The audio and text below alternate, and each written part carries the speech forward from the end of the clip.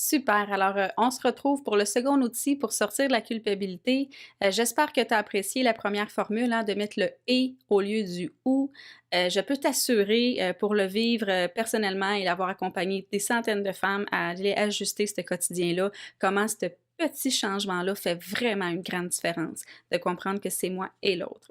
Alors, second outil, hein, parce que des fois, c'est important de comprendre justement cette culpabilité-là, comprendre d'où ça vient, comprendre ce que ça crée. Alors, deuxième outil, je l'ai abordé dans la webconférence. Probablement que tu l'as vu, entendu si tu as assisté à la webconférence. Si tu n'y as pas assisté, on va le voir à l'instant. Mais un outil qui a été créé en fait par Yvon Dallaire, hein, qui est un psychologue et conférencier, et qui a été mis en image par ma collègue Valérie Santaine de chez Enduel ou Enduo, et que moi, j'ai affectueusement nommé la boucle vertueuse.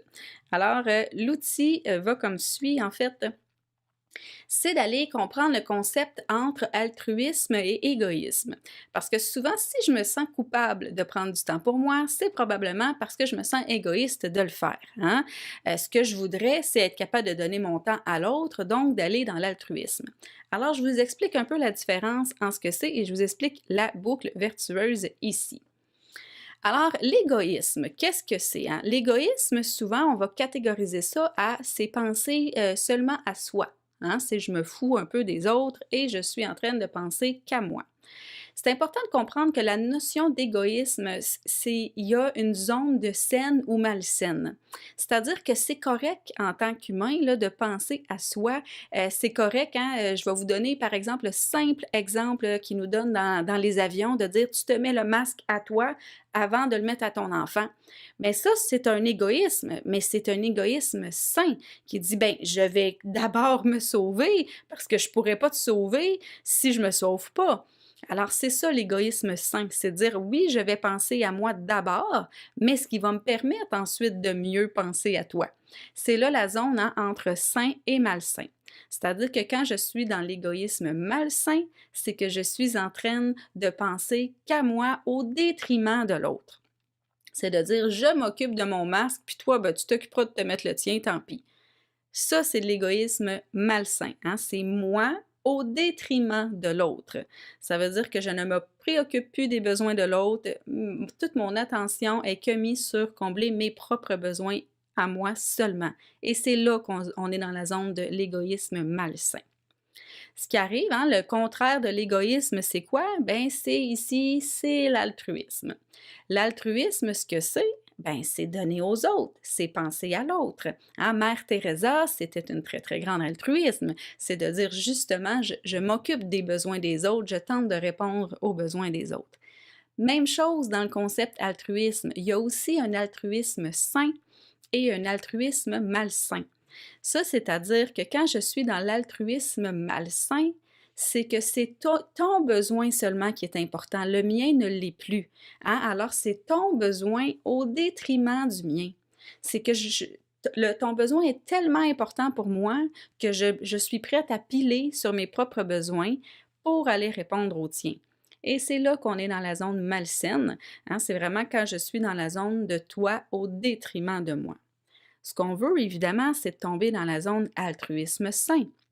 C'est-à-dire, ben oui, je vais m'occuper de toi, ça va me faire plaisir, ton besoin est important. Tu sais, si je pense à un enfant, un tout petit enfant, par exemple, qui s'est blessé puis qui saigne, ben, je vais pas dire, ben non, regarde, écoute, occupe-toi de toi, moi, c'est important avant que je finisse de me faire les ongles, puis après ça, je vais aller t'aider. Ben non, l'altruisme, c'est de, oh, ton besoin est prioritaire, ton besoin est important et je vais le combler. Par contre, je n'oublierai pas le mien.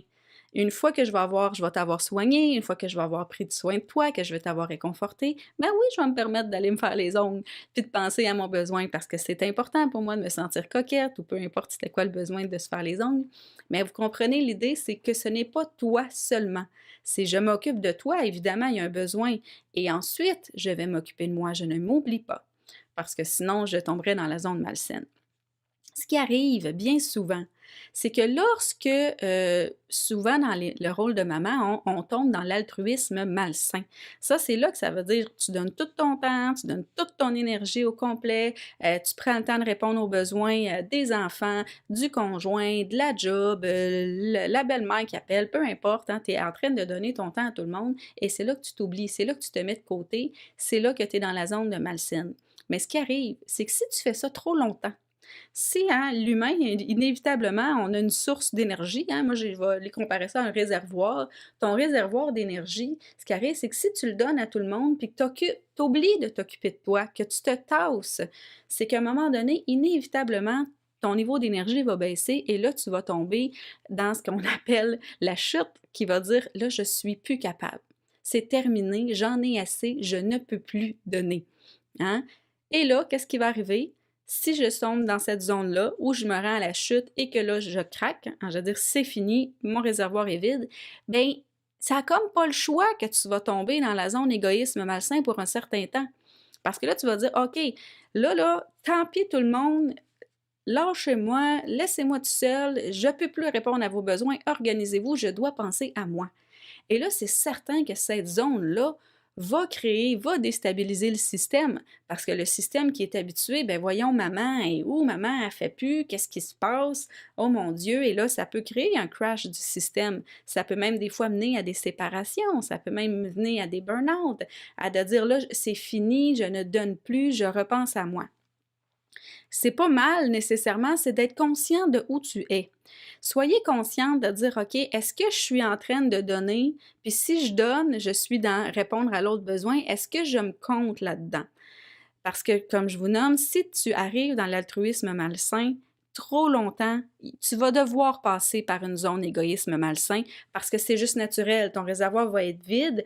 Tu as besoin de le refaire avec une certaine limite qui va faire en sorte que là, oh oui, je me sens mieux. Par contre, si tu tombes dans l'égoïsme malsain pour te remettre de ton temps de l'altruisme malsain, bien, ce qui arrive, c'est quand ton niveau d'énergie reprend, quand tu redeviens en forme, puis que là, justement, tu t'es remis, puis tu as pris soin de toi et tout ça, bien, malheureusement pour certaines, c'est qu'on retombe dans la boucle altruisme malsain.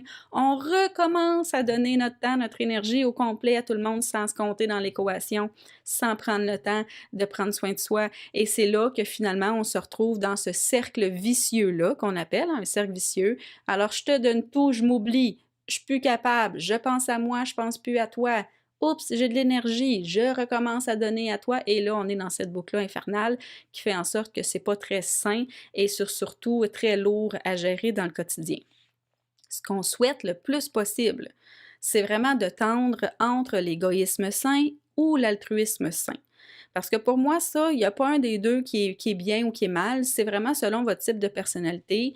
Il y a des gens qui, fondamentalement, ont plus un aspect égoïsme et c'est bien, c'est correct, hein? Ils pensent à eux en premier pour ensuite aller répondre aux besoins de l'autre. Fait que ça, c'est tout à fait correct, hein? Je mets mon masque pour après ça aller mettre le tien. Et il y a des gens qui, naturellement, vont avoir plus cet esprit-là de je pense à toi en premier, puis je m'occupe de moi après, mais je ne m'oublie pas.